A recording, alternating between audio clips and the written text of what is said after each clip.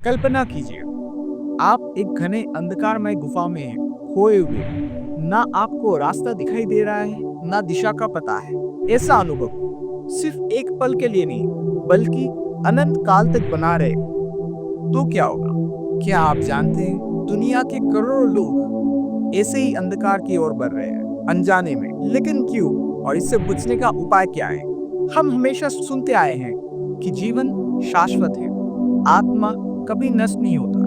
लेकिन क्या हमने इस पर गहराई से विचार किया है? हमारे आसपास जो लोग कभी हंसते, बोलते, चलते फिरते थे, वो अचानक कहाँ चले गए?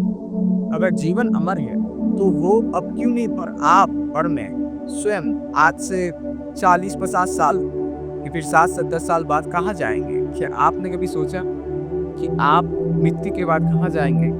हमारे प्राचीन ऋषियों ने इस प्रश्न को सिर्फ उठाया ही नहीं है, बल्कि इसका उत्तर भी दिया है।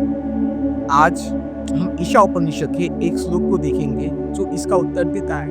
और वो कहता है, जो लोग आत्मज्ञान से वंचित रहते हैं, वह मृत्यु के बाद अंधकारमय दुनिया में चले जाते हैं। चलिए आज हम इसको देखते हैं। असूर्य नमते लोक अंधेन तमसा प्रत्यतावस्ते प्रत्याभिगच्छन्ति एके चक्मना नोचना। इसका मतलब ये है कि ऐसे बहुत सारा संसार है जहाँ जो अंधकार से ढका हुआ है, और जो लोग आत्मज्ञान नहीं पाते, जो लोग अपने असली स्वरूप को नहीं जानते, वो लोग वो अंधकारमय दुनिया में चले जाते हैं, जिनको यहाँ पे असुरी दुनिया कहा जा रहा है। उस दुनिया पे चले जा रहे हैं, या फिर वो जीते जी उसी दुनिया में रहते हैं। चलिए इस श्लोक के वास्तविक अर्थ को समझते हैं।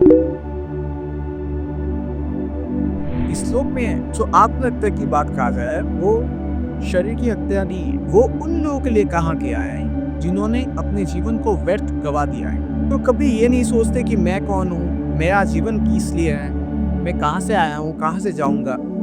ये सब बहुत ही इंपॉर्टेंट सवाल है किसी की भी जीवन के लिए।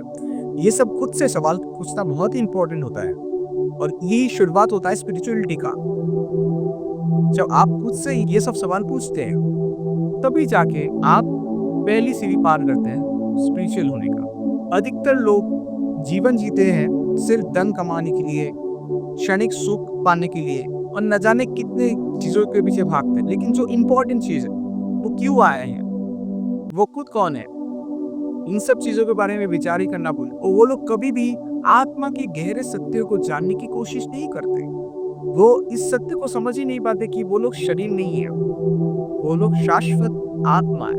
और जो लोग इस सत्य को नहीं जानते, जीते जी वो लोग अंधकार में जीते हैं, और मरने के बाद भी उनकी आत्मा उसी अज्ञानता में भटकता रहता है। ईशा उपनिषद में इसे असुरीय लोक कहा गया है, एक ऐसा स्थान जहाँ ना कोई केंद्र है, ना कोई दिशा, और ना ही कोई प्रकाश।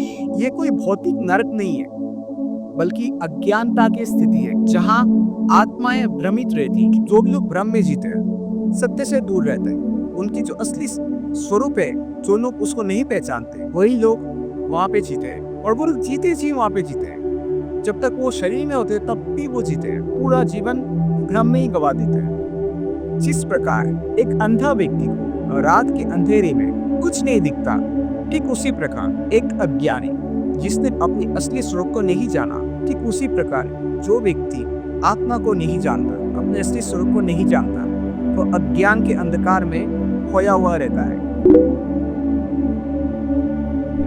लेकिन इससे बचने का क्या उपाय है? इसका एक ही उपाय, और वो क्या है? ज्ञान। और यहाँ केवल किताबी ज्ञान की बात नहीं हो रहा है, यहाँ आत्मज्ञान की बात हो रहा है।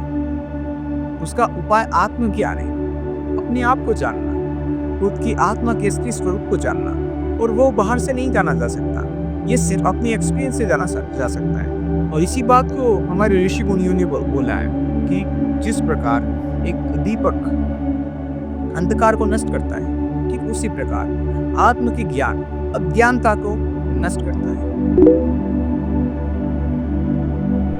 तो हमें क्या करना चाहिए? अंधकार में संसार से बचने के लिए हमें इन 5 उपायों को देखना चाहिए। पहला, ज्ञान प्राप्त करना चाहिए। और ज्ञान किस चीज का? आत्मज्ञान का। और महान ग्रंथ जैसे उपनिषद, भगवद गीता, ये सब को पढ़ना चाहिए और खुद से समझने की कोशिश करनी चाहिए। उसके बाद स्वयं से प्रश्न करना चाहिए कि मैं कौन। उसके बाद ध्यान करना चाहिए, अपने भीतर की सत्य को अनुभव करना चाहिए। और निष्काम कर्म बहुत ही इंपॉर्टेंट है, निस्वार्थ भाव से कर्म करना चाहिए। और जो आत्मज्ञानी व्यक्ति है उनके संगत में रहना चाहिए। जो संत होते हैं, जो सच्चे संत होते हैं, उनके संगत में रहना चाहिए। ठीक है। और जैसे ही आप इन सब चीजों को अप्लाई करते हैं तब आपका जीवन और भी ज्यादा खूबसूरत हो जाता है। अब निर्णय आपका है, क्या आप अंधकार में भटकना चाहेंगे या फिर प्रकाश की ओर बढ़ना चाहेंगे। चॉइस आपका है। अगर इस वीडियो ने आपको प्रेरित किया तो आप इस वीडियो को जरूर लाइक, शेयर और इस चैनल को सब्सक्राइब करना बिल्कुल ना भूलें, क्योंकि जब आप ऐसा करते हैं तब ये खूबसूरत सा पॉजिटिव चीज ज्यादा से ज्यादा लोग तक पहुंचता है और ये दुनिया और भी ज्यादा खूबसूरत होता है। इस पूरे वीडियो में जो भी आपने सुना, इसके बारे में आपका क्या विचार है, आप जरूर मुझे कमेंट सेक्शन में जरूर बताइए। धन्यवाद।